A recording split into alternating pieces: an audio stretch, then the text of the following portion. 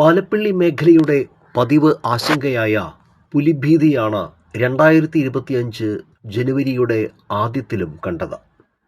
വെള്ളത്തോട് പാലത്തിന് സമീപം പുതുക്കാട് എസ്റ്റേറ്റിൽ പഴയ ഗ്രൗണ്ടിനോട് ചേർന്നാണ് പശുക്കുട്ടിയെ ചത്ത നിലയിൽ കണ്ടെത്തിയത്.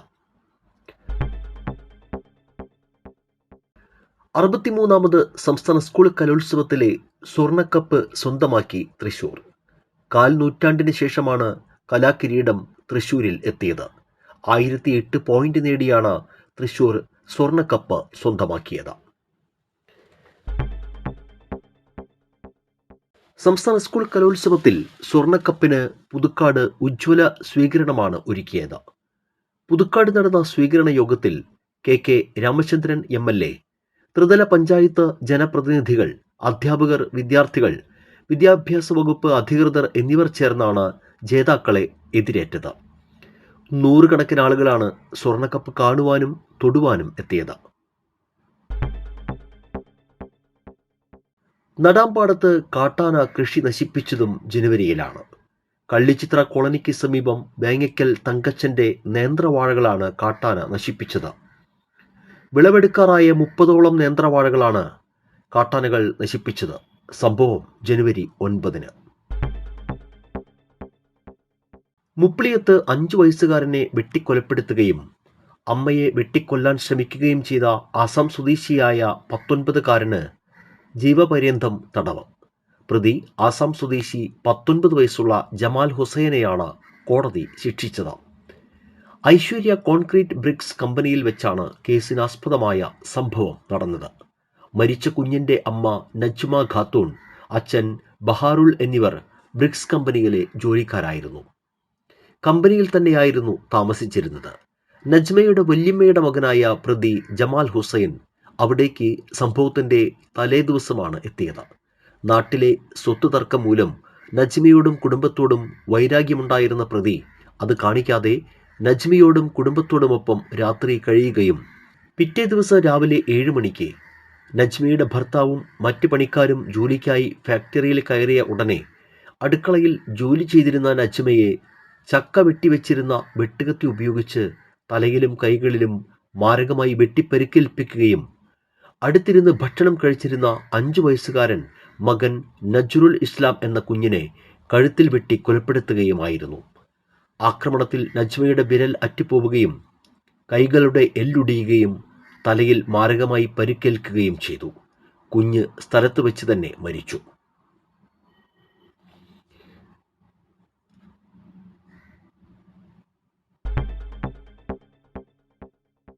ദേശീയ ഗെയിംസിൽ വെയ്റ്റ് ലിഫ്റ്റിംഗിൽ കേരളത്തിന് ആദ്യ സ്വർണം സമ്മാനിച്ച് വരന്തരപ്പള്ളി പാലപ്പള്ളി സ്വദേശി സുഫ്ന ജാസ്മിൻ. ഉത്തരാഖണ്ഡിൽ നടന്ന ദേശീയ ഗെയിംസിൽ വനിതകളുടെ ഭാരോദ്വഹന മത്സരത്തിലാണ് സുഫ്ന സ്വർണം നേടിയത്. പാലപ്പള്ളി പരവരാഗത്ത് സലീമിൻ്റെയും ഖദീജയുടെയും ഇളയ മകളാണ് സുഫ്ന. സുഫ്നയുടെ വിജയം പാലപ്പള്ളിയുടെ മാത്രമല്ല, കേരളക്കരയുടെ തന്നെ അഭിമാന നിമിഷമായിരുന്നു.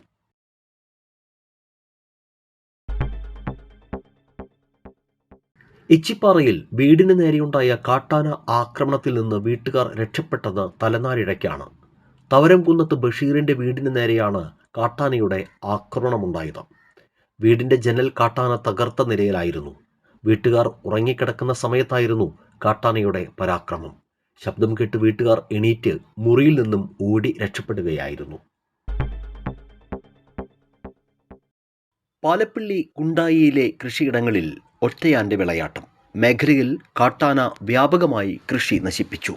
കുണ്ടായി എസ്റ്റേറ്റിന് സമീപം തോട്ടം തൊഴിലാളികൾ താമസിക്കുന്ന പാടിക്കരികിലാണ് കാട്ടാനകൾ എത്തിയത്. പാടിക്ക് സമീപത്തുള്ള വാഴകളും മറ്റ് കാർഷിക വിളകളും ഒറ്റയാൻ നശിപ്പിച്ചിരുന്നു. മാർച്ച് ആദ്യ ആഴ്ചയിൽ തന്നെ കാട്ടാന ശല്യം രൂക്ഷമാകുന്ന അവസ്ഥയായിരുന്നു. പാലപ്പള്ളിയിൽ വീണ്ടും കാട്ടാന കൃഷി നശിപ്പിച്ചു. ദുരിതത്തിൽ മേഖലയിലെ കർഷകർ. കുണ്ടായി എസ്റ്റേറ്റിലെ കണ്ണമ്പുഴ വർഗീസിന്റെ പുഴമ്പള്ളത്തുള്ള കൊക്കോ തോട്ടത്തിലായിരുന്നു കാട്ടാനക്കൂട്ടത്തിന്റെ വിളയാട്ടം.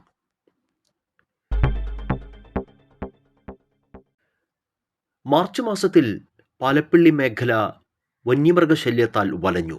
പാലപ്പള്ളി കുണ്ടായിയിൽ കാട്ടാനയെ കണ്ട് ഭയന്നോടിയ തോട്ടം തൊഴിലാളിക്ക് വീണ് പരിക്കേറ്റു. മുരിക്കങ്ങൽ കേളംപടിക്കൽ ഹനീഫയുടെ ഭാര്യ 52 വയസ്സുള്ള റിജീനയ്ക്കാണ് പരിക്കേറ്റത്.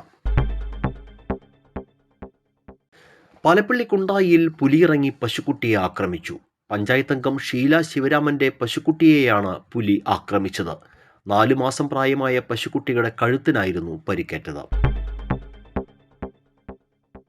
പാലപ്പള്ളി കുണ്ടായിയിൽ തോട്ടം തൊഴിലാളികളുടെ പാടികൾക്ക് സമീപം കാട്ടാനയെത്തുന്നത് പതിവായതോടെ ഭീതിയിലായി നാട്ടുകാർ.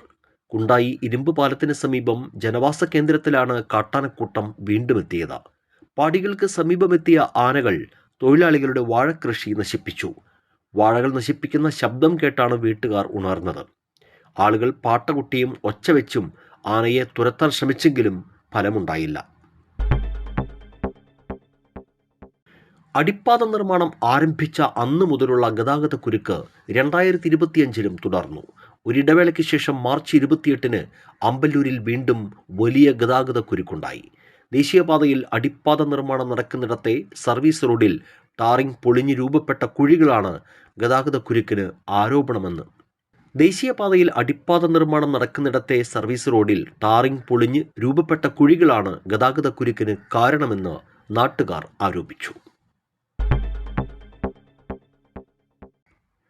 അമ്പല്ലൂരിൽ ടോറസ് ലോറിക്കടിയിൽപ്പെട്ട് സ്കൂട്ടർ യാത്രികന് ദാരുണാന്ത്യം. പറവൂർ വെളിയത്തുനാട് സ്വദേശി പാലിമറ്റം വീട്ടിൽ 60 വയസ്സുള്ള ചന്ദ്രനാണ് മരിച്ചത്. ദേശീയപാതയിൽ നിന്നും സർവീസ് റോഡിലേക്ക് പ്രവേശിക്കുന്ന ഭാഗത്താണ് സ്കൂട്ടറും യാത്രികനും ടോറസ് ലോറിയുടെ ചക്രത്തിനടിയിൽ പെട്ടത്. മണ്ണുത്തി അങ്കമാലി ദേശീയപാതയിലെ ഗതാഗതക്കുരുക്കിന് ഒരാഴ്ചയ്ക്കുള്ളിൽ പരിഹാരം കാണുമെന്ന് ദേശീയപാത അതോറിറ്റി അറിയിച്ചു. ജില്ലാ കളക്ടർ വിളിച്ചു ചേർത്ത യോഗത്തിലാണ് അതോറിറ്റി അധികൃതർ ഇക്കാര്യം അറിയിച്ചത്. അതേസമയം കുരുക്ക് സംബന്ധിച്ച് പരിശോധന നടത്തി 28 റിപ്പോർട്ട് സമർപ്പിക്കാൻ പോലീസ്, RTO, ചാലക്കുടി തഹസിൽദാർ എന്നിവർക്ക് ജില്ലാ കളക്ടർ നിർദ്ദേശം നൽകി. ആനന്ദപുരം ഷാപ്പിൽ മദ്യപാനത്തെ തുടർന്നുണ്ടായ തർക്കത്തിനൊടുവിൽ അനിയനെ തലക്കടിച്ച് കൊലപ്പെടുത്തിയ ജ്യേഷ്ഠൻ അറസ്റ്റിൽ. സംഭവം നടന്നത് ഏപ്രിൽ 24. ആനന്ദപുരം സ്വദേശി കൊരട്ടിക്കാട്ടിൽ വീട്ടിൽ 32 വയസ്സുള്ള വിഷ്ണുവാണ് പിടിയിലായത്.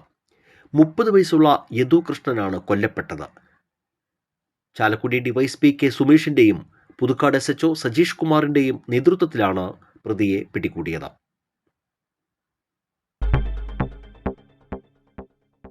സിവിൽ സർവീസ് പരീക്ഷയിൽ ഉന്നത വിജയം നേടിയ പറപ്പൂക്കര സ്വദേശിനി നാടിന് അഭിമാനമായി. മുത്രത്തിക്കര കൂടിയത്ത് ഗോപിയുടെയും ജയയുടെയും മകൾ ഗംഗാ ഗോപിയാണ് നേട്ടം കൈവരിച്ചത്. വലിയ സ്വീകരണമാണ് നാട് ഗംഗയ്ക്കായി ഒരുക്കിയത്. ദേശീയപാത അമ്പല്ലൂരിലെ ഗതാഗതക്കുരുക്ക് രൂക്ഷമായി തുടരുമ്പോഴും പരിഹാര നടപടികൾ ഫലപ്രദമാക്കാത്ത അവസ്ഥയിലായിരുന്നു മെയ് മാസത്തിലും. ദേശീയപാത അതോറിറ്റി കാര്യമായ നടപടികൾക്ക് മുതിരാത്തത് ജനങ്ങളിൽ ശക്തമായ പ്രതിഷേധത്തിന് കാരണമായി. അമ്പല്ലൂരിൽ അടിപ്പാത നിർമ്മാണം നടക്കുന്നതിനാൽ വാഹനങ്ങൾ കടന്നുപോകാൻ വീതി കുറഞ്ഞ റോഡ് ഉപയോഗിക്കേണ്ടി വരുന്നതാണ് ഗതാഗത തടസ്സമുണ്ടാകാൻ പ്രധാന കാരണം. തൃശൂർ ഭാഗത്തേക്ക് പോകുന്ന പാതയിലായിരുന്നു തിരക്ക് കൂടുതലും അനുഭവപ്പെട്ടത്. ദേശീയപാതയിൽ ഗതാഗതക്കുരുക്ക് മുറുകുന്നതോടെ ചെറുവാഹന യാത്രക്കാർ ഇടറോഡുകളിലേക്ക് വാഹനം തിരിച്ചത് പ്രാദേശിക ഗതാഗതവും താറുമാറാക്കി. ദിവസങ്ങളോളം ഈ കുരുക്ക് തുടർന്നു. ചെറുവാളിൽ ഉത്സവാഘോഷത്തിനിടെ ഉണ്ടായ സംഘർഷത്തിൽ 2 പേർക്ക് കുത്തേറ്റു. ഒരാൾ അറസ്റ്റിൽ. ചെറുവാൾ സ്വദേശികളായ മുഴുത്തൊട്ടിപ്പറമ്പിൽ അമൽ, കോവാത്ത് വീട്ടിൽ സുജിത്ത് എന്നിവർക്കാണ് കുത്തേറ്റത്. ചെറുവാൾ അയ്യഞ്ചിറ വീട്ടിൽ ശശിധരനാണ് അറസ്റ്റിലായത്. മുരിയാട് ഗ്രാമപഞ്ചായത്തിൽ ഓടിത്തുടങ്ങിയ മുകുന്ദപുരം താലൂക്കിലെ ആദ്യത്തെ ഗ്രാമവണ്ടി ജനങ്ങൾ ഏറ്റെടുത്തതിനും 2025 സാക്ഷിയായി. പൊതുഗതാഗത രംഗം ജനകീയ സൗഹൃദമാക്കുക എന്ന ലക്ഷ്യത്തോടെ മുരിയാട് ഗ്രാമപഞ്ചായത്തിൻ്റെ 3ാം 100 ദിന കർമ്മ പരിപാടിയുടെ ഭാഗമായാണ് ഗ്രാമവണ്ടി ഓടിത്തുടങ്ങിയത്. പഞ്ചായത്തിലെ വിവിധ പ്രദേശങ്ങളിലെ ജനങ്ങൾക്ക് സൗകര്യം ലഭിക്കുന്ന തരത്തിൽ ഇരിങ്ങാലക്കുട മുതൽ നെല്ലായി വരെയാണ് ഗ്രാമവണ്ടി സൗകര്യം ഒരുക്കിയിരുന്നത്. മെയ് 12 പുതുക്കാട് KSRTC സ്റ്റാൻഡിന് മുന്നിലെ ഡിവൈഡർ NHAI അടച്ചുകെട്ടി. സ്റ്റാൻഡിന് മുൻപിൽ അപകടങ്ങൾ തുടർന്നതോടെയാണ് നടപടി. പക്ഷേ ആരെയും അറിയിക്കാതെയും പകരം സംവിധാനം ഒരുക്കാതെയുമായിരുന്നു NHAIയുടെ ഏകപക്ഷീയ നടപടി. എറണാകുളം ഭാഗത്തു നിന്നും വരുന്ന KSRTC ബസ്സുകൾക്ക് ഇതോടെ സ്റ്റാൻഡിൽ കയറാൻ സാധിക്കാതെയായി. പകരം സ്റ്റാൻഡിന് എതിർവശത്ത് ബസ് കാത്തിരിപ്പ് കേന്ദ്രം നിർമ്മിക്കണമെന്ന ആവശ്യത്തിൽ NHAI പ്രതികരിച്ചുമില്ല. ഇതോടെ സ്റ്റാൻഡിന് എതിർവശത്ത് ദേശീയപാതയിൽ തന്നെയാണ് ബസ്സുകൾ നിർത്തി ആളുകളെ ഇറക്കിയതും കയറ്റിയതും. ഇതും വലിയ അപകട സാധ്യതയായിരുന്നു. സർവീസ് റോഡിലേക്ക് ബസ്സുകൾ ഒതുക്കി നിർത്തുന്നതിനും മഴയും വെയിലും ഏൽക്കാതെ യാത്രക്കാർക്ക് ബസ്സുകൾ കാത്തുനിൽക്കാനും സൗകര്യമൊരുക്കണമെന്ന് നാട്ടുകാർ ആവശ്യപ്പെട്ടു. കാൽ നൂറ്റാണ്ടിന് ശേഷം ചൊക്കനയിലേക്ക് കാൽപന്ത് കളിയുടെ വസന്തകാലം തിരിച്ചെത്തിയ കാഴ്ച 2025 പ്രദേശത്തെ കായിക ലോകത്തിന് പുത്തൻ ഉണർവേകി. ഒരു കാലത്ത് ഫുട്ബോൾ ഒരു ലഹരിയായി കൊണ്ടു നടന്നിരുന്നവരുടെ നാടാണ് ചൊക്കന. ഇവിടുത്തെ യുവാക്കൾ ജീവിതം തേടി പ്രവാസ ലോകത്തേക്ക് കടൽ കടന്നതോടെ ചൊക്കനയുടെ ഫുട്ബോൾ പ്രതാപത്തിന് മങ്ങലേറ്റു. നാടെങ്ങും മയക്കുമരുന്ന് വ്യാപിക്കുന്ന കാലത്ത് തോട്ടം മേഖലയിലെ കൗമാരക്കാർ ലഹരിയുടെ വലയിൽ വീഴാതെ ആരോഗ്യവും ലക്ഷ്യബോധവുമുള്ളവരായി വളരുന്നതിന് ഫുട്ബോൾ ലഹരി കൊണ്ട് പ്രതിരോധം തീർക്കുകയായിരുന്നു ചൊക്കന നായാട്ടുകുണ്ട് മലയോര ഗ്രാമങ്ങൾ. ഇതിൻ്റെ ഭാഗമായാണ് ചൊക്കന എസ്റ്റേറ്റ് മൈതാനിയിൽ ഫ്ലഡ് ലൈറ്റുകൾ സ്ഥാപിച്ച് പ്രദേശത്തെ കുട്ടികൾക്ക് ഫുട്ബോൾ കളിക്കാനുള്ള സൗകര്യം ഒരുക്കിയത്. 1.25 നൂറ്റാണ്ട് മുൻപ് ബ്രിട്ടീഷുകാർ ആരംഭിച്ച ഹാരിസൺ മലയാളം പ്ലാന്റേഷനിൽ ഉൾപ്പെട്ടതാണ് ചൊക്കന റബ്ബർ എസ്റ്റേറ്റ് അടക്കമുള്ള പ്രദേശങ്ങൾ. തോട്ടം മാനേജ്മെന്റ് മുൻകൈയെടുത്ത് എസ്റ്റേറ്റ് റിക്രിയേഷൻ ക്ലബ്ബുകൾക്ക് രൂപം നൽകിയിരുന്നു. ഈ ക്ലബ്ബുകൾക്ക് കീഴിൽ പാലപ്പള്ളി ചൊക്കന മേഖലയിൽ നിരവധി ഫുട്ബോൾ മൈതാനങ്ങളും സജ്ജമാക്കിയിരുന്നു. മികച്ച ഫുട്ബോൾ കളിക്കാരായിരുന്ന പലരും ഗൾഫടക്കമുള്ള നാടുകളിലേക്ക് ജീവിതം തേടി പോയതോടെയാണ് ചൊക്കന മൈതാനിയിൽ ആരവങ്ങൾ ഇല്ലാതായത്. നായാട്ടുകുണ്ട് സൂര്യ ആർട്സ് ആൻഡ് സ്പോർട്സ് ക്ലബിൻ്റെ നേതൃത്വത്തിൽ ചൊക്കനയുടെ ഗതകാല ഫുട്ബോൾ പ്രതാപം വീണ്ടെടുക്കാനുള്ള ശ്രമത്തിൻ്റെ ഭാഗമായാണ് നാട്ടുകാരും സാമൂഹ്യ പ്രവർത്തകരും ഫുട്ബോൾ മേളകൾ സംഘടിപ്പിച്ചത്. കാട്ടുപന്നി ശല്യം കർഷകരെ വലയ്ക്കുന്നത് തുടർന്നു. അളഗപ്പനഗർ ഗ്രാമപഞ്ചായത്തിലെ 7-8 വാർഡുകളിലെ പാടശേഖരങ്ങളിൽ കാട്ടുപന്നിക്കൂട്ടം 5 ഏക്കറോളം പടവല കൃഷി നശിപ്പിച്ചു. ദുരിതത്തിലായത് മേഖലയിലെ കർഷകരാണ്. കുഴിപ്പുള്ളി രവി എന്ന കർഷകൻ തൊട്ടുരുത്തി കാവല്ലൂർ പച്ചളിപ്പുറം പാടശേഖരങ്ങളിൽ പാട്ടത്തിനെടുത്ത പച്ചക്കറി കൃഷി കാട്ടുപന്നി വ്യാപകമായി നശിപ്പിച്ചു. ഉപയോഗശൂന്യമായി കിടക്കുന്ന പറമ്പുകളും പാടശേഖരത്തിനടുത്ത പൊന്തക്കാടുകളുമാണ് പന്നികളുടെ താവളം. അമ്പലൂരിൽ അടിപ്പാതയ്ക്കടിയിലൂടെ സ്വകാര്യ ബസ്സുകൾ കടത്തിവിട്ട് തുടങ്ങിയത് മെയ് 24-നായിരുന്നു. വരന്തരപ്പള്ളി കല്ലൂർ ഭാഗങ്ങളിൽ നിന്നും വരുന്ന ബസ്സുകൾ തൃശ്ശൂരിലേക്ക് പോകാൻ പുതുക്കാടെത്തി തിരിയണമെന്ന നിർദ്ദേശത്തിനെതിരെ മേഖലയിലെ സ്വകാര്യ ബസ്സുകൾ 2 ദിവസം പണിമുടക്കും നടത്തിയിരുന്നു.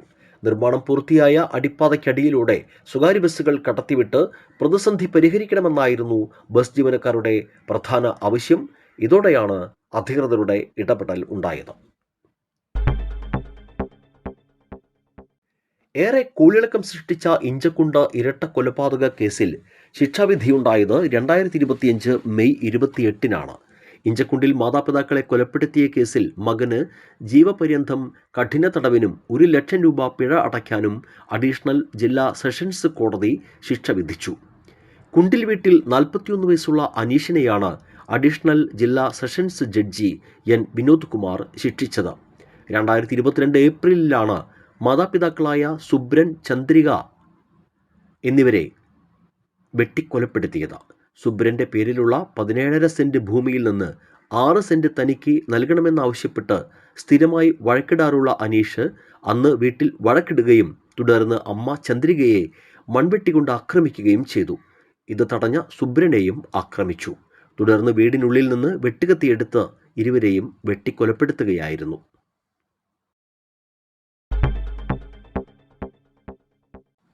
ഒരിക്കലും കിട്ടില്ലെന്ന് കരുതിയ കർഷക തൊഴിലാളി ക്ഷേമനിധി ആനുകൂല്യത്തിൻ്റെ 2ാം ഗഡു അനുവദിച്ചു കിട്ടിയ സന്തോഷത്തിലായിരുന്നു കല്യാണി എന്ന വയോധിക. NCTVയുടെ ഇടപെടലിലാണ് കല്യാണിക്ക് അവകാശപ്പെട്ട ആനുകൂല്യം ലഭ്യമായത്. മനുഷ്യാവകാശ പ്രവർത്തകനായ KG രവീന്ദ്രനാഥിൻ്റെ ഇടപെടലുകളും കല്യാണിയെ സഹായിച്ചു.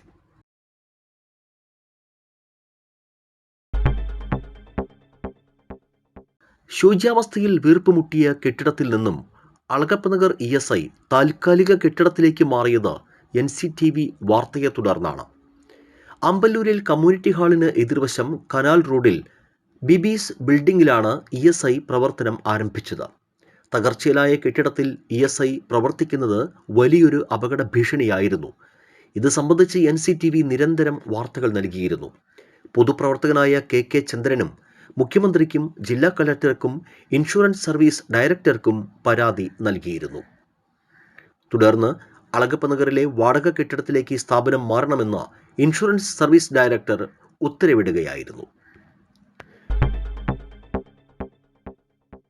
മലയോരത്തെ നേന്ത്രവാഴ പച്ചക്കറി കർഷകരുടെ കൂട്ടായ്മയായ മറ്റത്തൂർ സ്വാശ്രയ കർഷക സമിതി ഇക്കഴിഞ്ഞ സാമ്പത്തിക വർഷം വിറ്റഴിച്ചത് 4.5 കോടിയുടെ കാർഷികോൽപ്പന്നങ്ങളാണ്. ഇത് മറ്റത്തൂരിലെ കാർഷിക മേഖലയിൽ വലിയൊരു നേട്ടമായി. 350ഓളം കർഷകരാണ് സമിതിയിൽ അംഗങ്ങളായി ഉള്ളത്. 2024-25 സാമ്പത്തിക വർഷത്തിൽ 1069 ടൺ ഉൽപ്പന്നങ്ങളാണ് കർഷകർ ഉൽപ്പാദിപ്പിച്ച് സമിതിക്ക് കീഴിലെ സ്വാശ്രയ ചന്തയിലൂടെ വിൽപ്പന നടത്തിയത്.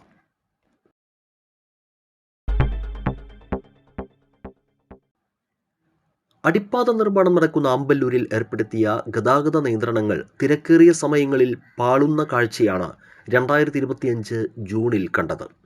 ചാലക്കുടി ഭാഗത്തേക്കുള്ള പാതയിൽ 4 മണിക്കൂറോളം ഗതാഗതക്കുരുക്ക് അനുഭവപ്പെട്ട അവസ്ഥയും ഉണ്ടായിരുന്നു.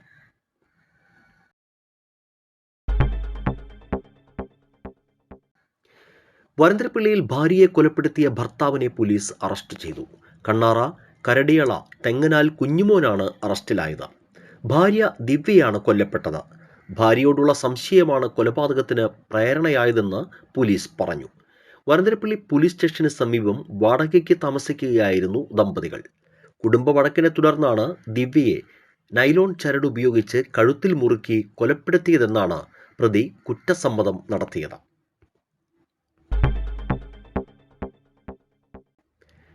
അടിപ്പാത നിർമ്മാണം നടക്കുന്നത് മൂലമുണ്ടാകുന്ന രൂക്ഷമായ ഗതാഗതക്കുരുക്ക് കാരണം ടോൾ നിർത്തിവെക്കണമെന്നാവശ്യപ്പെട്ടുള്ള ഇടക്കാല ഹർജിയിൽ ഗതാഗതക്കുരുക്കിനെ സംബന്ധിച്ച് ജൂൺ 13 വിശദീകരണം ബോധിപ്പിക്കാൻ സംസ്ഥാന സർക്കാരിനോട് ഹൈക്കോടതി നിർദ്ദേശിച്ചു.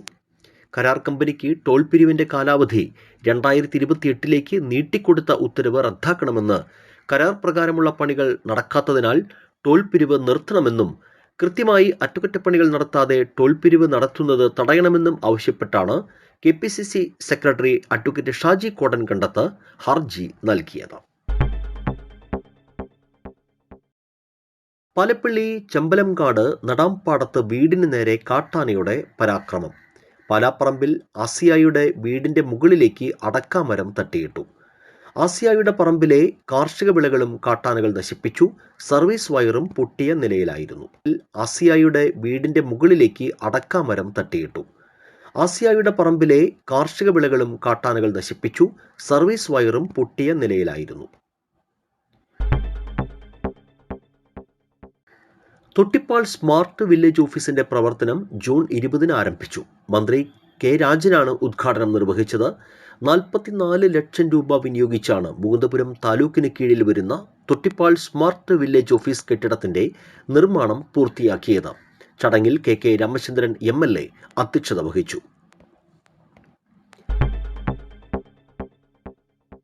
ജൂൺ 25 മണ്ണുത്തി ഇടപ്പള്ളി ദേശീയപാതയിലെ രൂക്ഷമായ ഗതാഗതക്കുരുക്കിൽ ദേശീയപാത അതോറിറ്റിക്കെതിരെ ഹൈക്കോടതിയുടെ രൂക്ഷ വിമർശനമുണ്ടായി.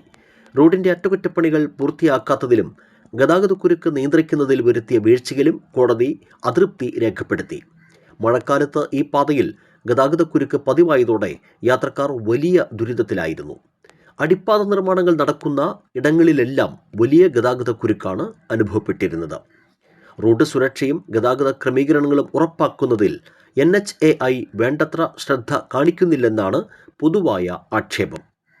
പ്രശ്നം പരിഹരിക്കാൻ എത്രയും പെട്ടെന്ന് ഇടപെടണമെന്ന് കോടതി NHAIയോട് ആവശ്യപ്പെട്ടു.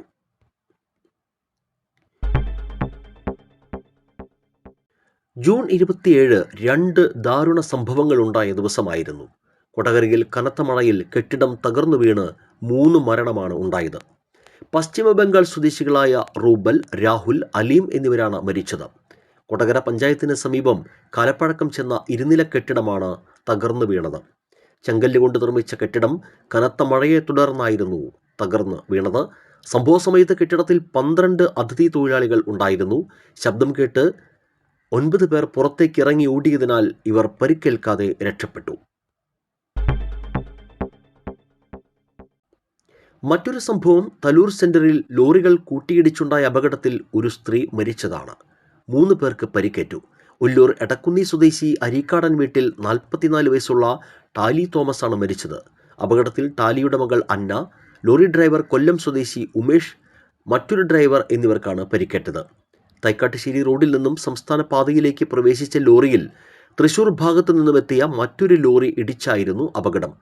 റോഡ് മുറിച്ചു കടക്കാൻ നിൽക്കുകയായിരുന്ന ഇരുവരെയും ലോറി ഇടിച്ചു തെറിപ്പിക്കുകയായിരുന്നു. ലോറിക്കടിയിൽപ്പെട്ട അന്നയെ ക്രെയിൻ എത്തിച്ച് ലോറി ഉയർത്തിയാണ് പുറത്തെത്തിച്ചത്. അന്നയ്ക്ക് കാലിന് ഗുരുതരമായി പരിക്കേറ്റു. ജൂൺ 29 ഒരു ഞെട്ടിക്കുന്ന വെളിപ്പെടുത്തലുണ്ടായി. പുതുക്കാട് നവജാത ശിശുക്കളെ കുഴിച്ചു മൂടിയതായി വെളിപ്പെടുത്തി ഒരു യുവാവ് രംഗത്തെത്തി. പുതുക്കാട് പോലീസ് സ്റ്റേഷനിൽ പൊടിഞ്ഞ അസ്ഥികളുമായി നേരിട്ടെത്തിയാണ് യുവാവിൻ്റെ തുറന്നു പറച്ചിൽ. രഹസ്യബന്ധത്തെ തുടർന്ന് കാമുകി പ്രസവിച്ച 2 കുട്ടികളുടെ അസ്ഥിയാണ് ഇതെന്നായിരുന്നു മൊഴി. പ്രസവത്തിൽ 2 കുഞ്ഞുങ്ങളും മരിച്ചുവെന്ന് പറഞ്ഞ യുവതി പോലീസ് ചോദ്യം ചെയ്യലിൽ രണ്ടാമത്തെ കുട്ടിയെ ശ്വാസമുട്ടിച്ച് കൊന്നതാണെന്ന് സമ്മതിച്ചു. നാടകീയമായ സംഭവങ്ങൾക്കൊടുവിൽ അമ്പല്ലൂർ ചേനക്കാല വീട്ടിൽ ഭവിൻ, വെള്ളിക്കുളങ്ങര നൂലുവള്ളി, മുല്ലക്കപ്പറമ്പിൽ അനീഷ എന്നിവരെ പുതുക്കാട് പോലീസ് കസ്റ്റഡിയിലെടുത്തു. മദ്യലഹരിയിൽ ശനിയാഴ്ച അർദ്ധരാത്രി ഭവിൻ കുട്ടികളുടെ അസ്ഥികൾ പുതുക്കാട് പോലീസ് സ്റ്റേഷനിൽ എത്തിക്കുകയായിരുന്നു. തൻ്റെ കൈവശം 2 കുഞ്ഞുങ്ങളുടെ അസ്ഥിയാണെന്നും പ്രസവത്തിൽ മരിച്ച കുഞ്ഞുങ്ങളെ കുഴിച്ചിടുകയായിരുന്നുവെന്നും പറഞ്ഞു. സ്റ്റേഷനിൽ ചുമതലയുണ്ടായിരുന്ന പോലീസുകാർ സ്റ്റേഷൻ ഇൻസ്പെക്ടറെ വിവരം അറിയിച്ചു. തുടർന്ന് രാത്രി തന്നെ പോലീസ് പ്രാഥമിക അന്വേഷണം നടത്തുകയും യുവതിയെ ചോദ്യം ചെയ്യുകയുമായിരുന്നു. ഇതോടെയാണ് കേസിൻ്റെ ചുരുളഴിഞ്ഞത്. ആരോഗ്യ ബോധവൽക്കരണവുമായി കൂട്ടയോട്ടം നടത്തി ജില്ലാ കളക്ടറും സംഘവും. ജില്ലയിലെ വിവിധ മേഖലകളിലുള്ളവരുടെ കായികക്ഷമതയും ആരോഗ്യകരമായ ശീലങ്ങളും പ്രോത്സാഹിപ്പിക്കുന്നതിനും പ്രചരണം നടത്തുന്നതിനുമായാണ് ജില്ലാ കളക്ടർ അർജുൻ പാണ്ഡ്യൻ്റെ നേതൃത്വത്തിൽ കൂട്ടയോട്ടം സംഘടിപ്പിച്ചത്. Endurance athletes of Thrissur running ക്ലബ്ബാണ് പലപ്പള്ളി ജംഗ്ഷൻ മുതൽ ചെമ്മിനി ഡാം പരിസരത്തേക്കും തിരിച്ചും 12 കിലോമീറ്റർ കൂട്ടയോട്ടം സംഘടിപ്പിച്ചത്.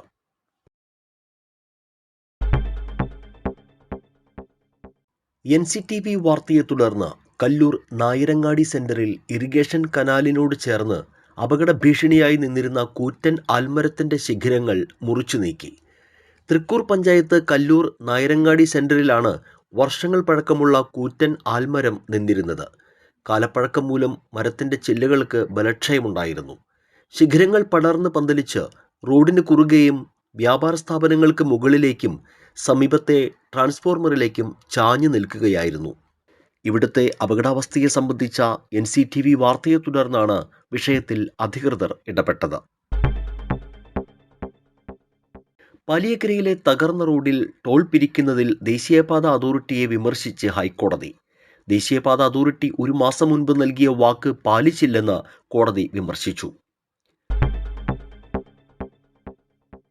ഓഗസ്റ്റ് 6-നായിരുന്നു പാലിയേക്കരയിൽ ടോൾ പിരിവ് താൽക്കാലികമായി നിർത്തിവെക്കാൻ ഹൈക്കോടതി ഉത്തരവുണ്ടായത്. മണിക്കൂറുകൾ നീണ്ടുനിന്ന ഗതാഗതക്കുരുക്ക് കാരണം യാത്രക്കാർ അനുഭവിക്കുന്ന ദുരിതങ്ങൾ കണക്കിലെടുത്തായിരുന്നു ഹൈക്കോടതി ഡിവിഷൻ ബെഞ്ചിന്റെ ഇടക്കാല ഉത്തരവ്. ഓണവിപണി ലക്ഷ്യമാക്കി നട്ട വാഴകൃഷി വെള്ളത്തിലായതോടെ ദുരിതത്തിലായത് കല്ലൂരിലെ കർഷകരാണ്. കനത്ത മഴയിൽ കുലച്ചതും കുലയ്ക്കാറായതുമായ ആയിരക്കണക്കിന് നേന്ത്രവാഴകളാണ് നിലംപൊത്തിയത്. കാലാവസ്ഥ നേരത്തെ എത്തിയതോടെ മെയ് മാസം മുതൽ തുടങ്ങിയതാണ് വാഴക്കർഷകരുടെ ദുരിതം. നേരത്തെ കനത്ത മഴയിൽ വെള്ളം കെട്ടിനിന്ന് രോഗബാധ ഉണ്ടായി 1000-ഓളം വാഴകൾ നശിച്ചിരുന്നു. മറ്റത്തൂരിലെ പ്രകൃതി രമണീയമായ കുഞ്ഞാലിപ്പാറ പ്രദേശത്ത് നടപ്പാക്കുന്ന ടൂറിസം പദ്ധതിയുടെ പ്രൊജക്ട് റിപ്പോർട്ട് തയ്യാറാക്കുന്നതിൻ്റെ ഭാഗമായി ടൂറിസം പ്രൊമോഷൻ കൗൺസിലിൽ നിന്നുള്ള ഉദ്യോഗസ്ഥർ സ്ഥലം സന്ദർശിച്ചു. ടൂറിസം ഡെപ്യൂട്ടി ഡയറക്ടർ RC പ്രേംഭാസിൻ്റെ നേതൃത്വത്തിലുള്ള ഉദ്യോഗസ്ഥ സംഘമാണ് കുഞ്ഞാലിപ്പാറ സന്ദർശിച്ചത്. ടൂറിസം പ്രൊമോഷൻ കൗൺസിലിൻ്റെ ഡെസ്റ്റിനേഷൻ ചലഞ്ചിൽ ഉൾപ്പെടുത്തിയാണ് കുഞ്ഞാലിപ്പാറയിൽ വിനോദസഞ്ചാര കേന്ദ്രം ഒരുക്കുന്നത്. ഇതിനാവശ്യമായ ചിലവ് ടൂറിസം വകുപ്പും തദ്ദേശ സ്വയംഭരണ സ്ഥാപനങ്ങളും സംയുക്തമായി വഹിക്കുന്ന രീതിയിലാണ് പദ്ധതി രൂപപ്പെടുത്തിയിട്ടുള്ളത്. ദേശീയപാതയിൽ 12 മണിക്കൂർ ഗതാഗത കുരുക്കിൽപ്പെട്ട് കിടക്കുന്നതിന് എന്തിനാണ് ജനങ്ങൾ 150 രൂപ ടോളായി നൽകുന്നതെന്ന് സുപ്രീം കോടതി ചോദ്യം ഉന്നയിച്ചത് ഓഗസ്റ്റ് 18-ന്. പാലിയേക്കരയിൽ ടോൾ പിരിവ് തടഞ്ഞ ഹൈക്കോടതി വിധിക്കെതിരെയുള്ള ഹർജികൾ പരിഗണിക്കുകയായിരുന്നു കോടതി. ഹൈക്കോടതി വിധിക്കെതിരെ ദേശീയപാത അതോറിറ്റിയും ടോൾ പിരിക്കുന്ന കമ്പനിയുമാണ് ഹർജി നൽകിയത്. Chief justice BR Gavai, justice K Vinod Chandran, justice NV Anjaria എന്നിവരുടെ ബെഞ്ചാണ് കേസ് പരിഗണിച്ചത്. സുപ്രീം കോടതി ജസ്റ്റിസ് വിനോദ് ചന്ദ്രൻ പാലിയേക്കര ടോൾ കേസിൽ രൂക്ഷമായ വിമർശനമാണ് നടത്തിയത്. പാലപ്പിള്ളിയിൽ സ്കൂൾ വാഹനങ്ങൾ തടഞ്ഞ് കാട്ടാനക്കൂട്ടം. പിള്ളത്തോട് പാലം പ്രദേശത്ത് സ്കൂൾ സമയത്ത് കാട്ടാനക്കൂട്ടം ഇറങ്ങിയത് ഭീതിയുണർത്തി. കന്നാറ്റുപാടത്തെയും വേലൂപ്പാടത്തെയും കുട്ടികളെ കൊണ്ടുപോവുകയായിരുന്ന വാഹനങ്ങളാണ് കാട്ടാനക്കൂട്ടത്തിന് മുന്നിൽ അകപ്പെട്ടത്.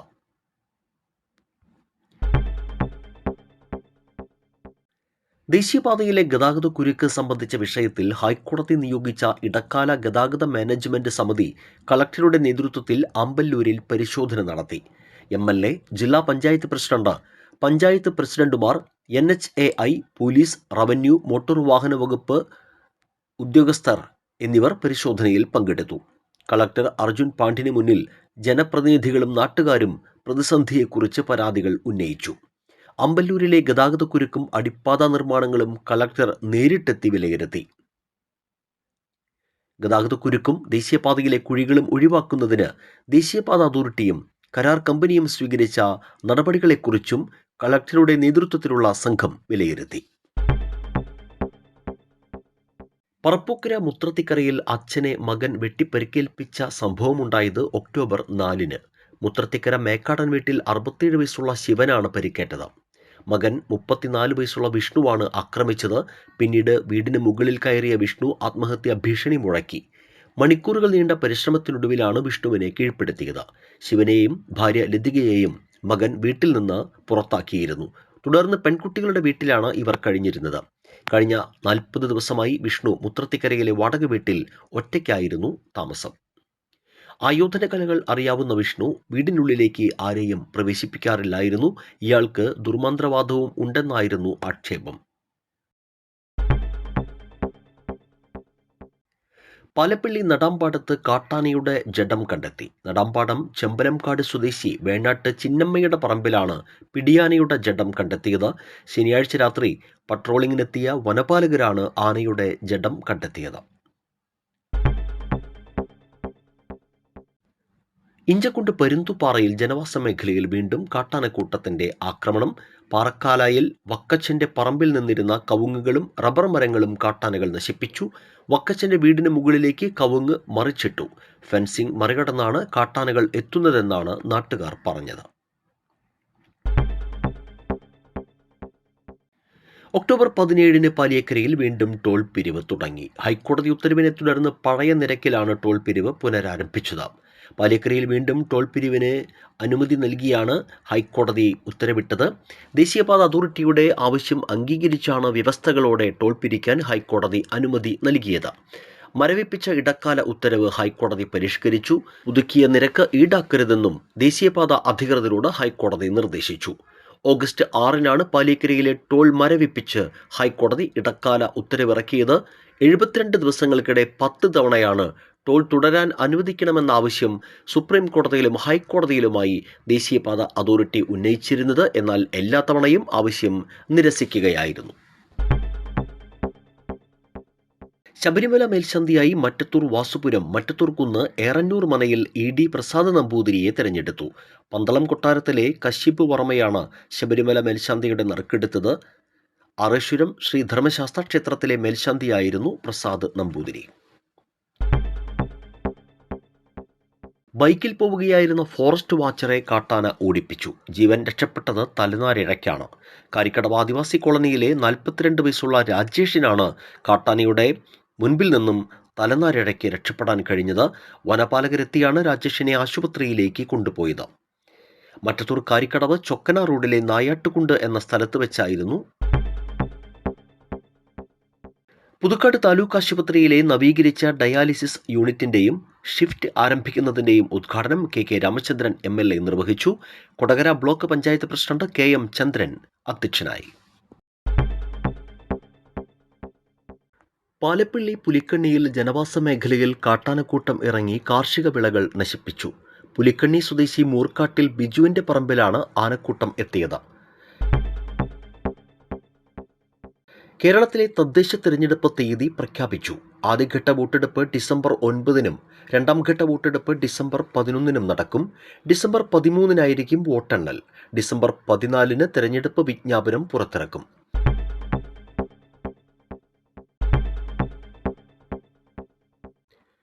നവംബർ 27-നാണ് വരന്തരപ്പിള്ളിയിൽ ഗർഭിണിയായ യുവതി ഭർതൃവീട്ടിൽ പൊള്ളലേറ്റ് മരിച്ചത്. വലിയ തോതിൽ മാനസിക ശാരീരിക പീഡനങ്ങൾ അനുഭവിച്ചിരുന്നുവെന്ന് അർച്ചനയുടെ കുടുംബം പറഞ്ഞു. കൊലപ്പെടുത്തിയതാണെന്ന ആരോപണവും കുടുംബം ഉന്നയിച്ചു. മട്ടുമല മാക്കോത്ത് വീട്ടിൽ ഷാരൂണിന്റെ ഭാര്യ 20 വയസ്സുള്ള അർച്ചനയെയാണ് തീക്കൊളുത്തി മരിച്ച നിലയിൽ കണ്ടെത്തിയത്. മനക്കലക്കടവ് വെളിയത്തുപറമ്പിൽ ഹരിദാസന്റെയും ജിഷയുടെയും മകളായിരുന്നു അർച്ചന. ആത്മഹത്യാ പ്രേരണ കുറ്റത്തിന് ഷാരൂണിനെതിരെ പോലീസ് കേസെടുത്തു. വരന്തരപ്പള്ളി പോലീസ് ഷാരൂണിനെ കസ്റ്റഡിയിലെടുത്തു. 7 മാസം മുൻപായിരുന്നു ഷാരൂണിന്റെയും അർച്ചനയുടെയും പ്രണയ വിവാഹം. അന്നു മുതൽ വീട്ടുകാരുമായി ബന്ധപ്പെടാൻ അനുവദിക്കാറില്ലായിരുന്നുവെന്നാണ് അച്ഛൻ ഹരിദാസ് പറഞ്ഞത്. ഭർത്താവിന്റെ അമ്മയും അറസ്റ്റിലായി. ഡിസംബറിൽ തെരഞ്ഞെടുപ്പിന്റെ ആവേശക്കാഴ്ചകൾ തന്നെയായിരുന്നു കണ്ടത്. ഒരു മാസത്തോളം നീണ്ട തദ്ദേശ തെരഞ്ഞെടുപ്പ് പ്രചാരണത്തിനും ആരവങ്ങൾക്കും ശേഷം ഡിസംബർ 9-ന് കലാശക്കൊട്ട് നടത്തി. ഡിസംബർ 11-ന് വോട്ടെടുപ്പും 13-ന് വോട്ടെണ്ണലും നടത്തി. ജില്ലയിൽ ഏറ്റവും മികച്ച പോളിംഗ് രേഖപ്പെടുത്തിയ കൊടകര ബ്ലോക്കിൽ ഉൾപ്പെട്ട നെന്മണിക്കര പഞ്ചായത്തിൽ LDF ഭരണം നിലനിർത്തി. 16-ൽ 13 സീറ്റുകൾ നേടിയാണ് LDF വിജയിച്ചത്. ഒരു സീറ്റ് മാത്രമുണ്ടായിരുന്ന UDF 3 സീറ്റിൽ എത്തി. BJPക്ക് അക്കൗണ്ട് തുറക്കാനായില്ല. അളഗപ്പനഗർ, തൃക്കൂർ പഞ്ചായത്തുകളിൽ വ്യക്തമായ ഭൂരിപക്ഷത്തോടെ UDF ഭരണം നിലനിർത്തി. വരന്തരപ്പള്ളിയിൽ LDFിൽ നിന്ന് UDF ഭരണം പിടിച്ചെടുത്തു. 24 വാർഡുകളിൽ 11 UDF വിജയിച്ചപ്പോൾ 7 മാത്രമാണ് LDFിന് വിജയിക്കാനായത്. കൊടകരയിൽ LDFും UDFും 7 വീതം സീറ്റുകൾ നേടി ഒപ്പത്തിനൊപ്പമെത്തി.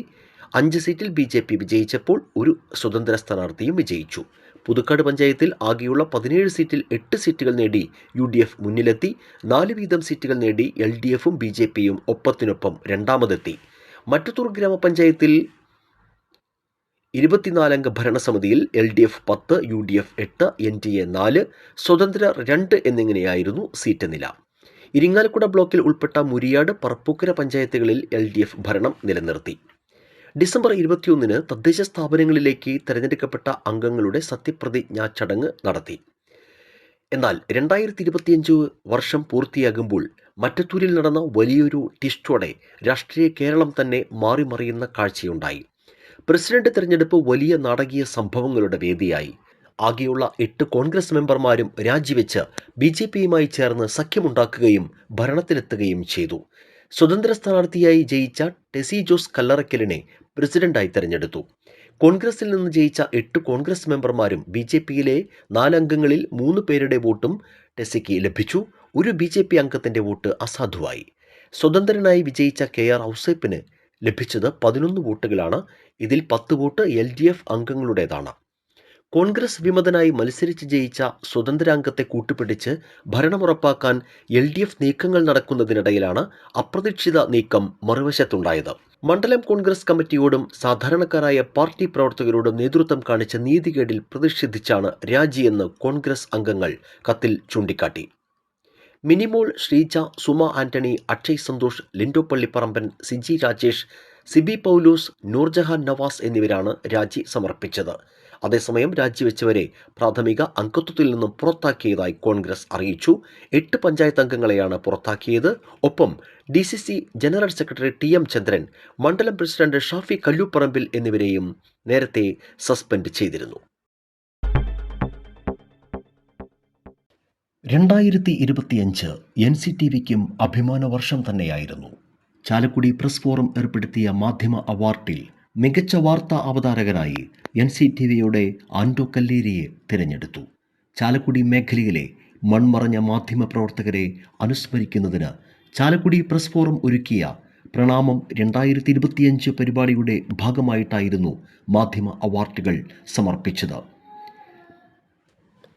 പുഞ്ചപ്പറമ്പിൽ കണ്ണൻ സ്മാരക ജില്ലാ വാർത്താ അവതാരക പുരസ്കാരമാണ് NCTVയിലെ ആൻഡോ കല്ലേരിക്ക് ലഭിച്ചത്.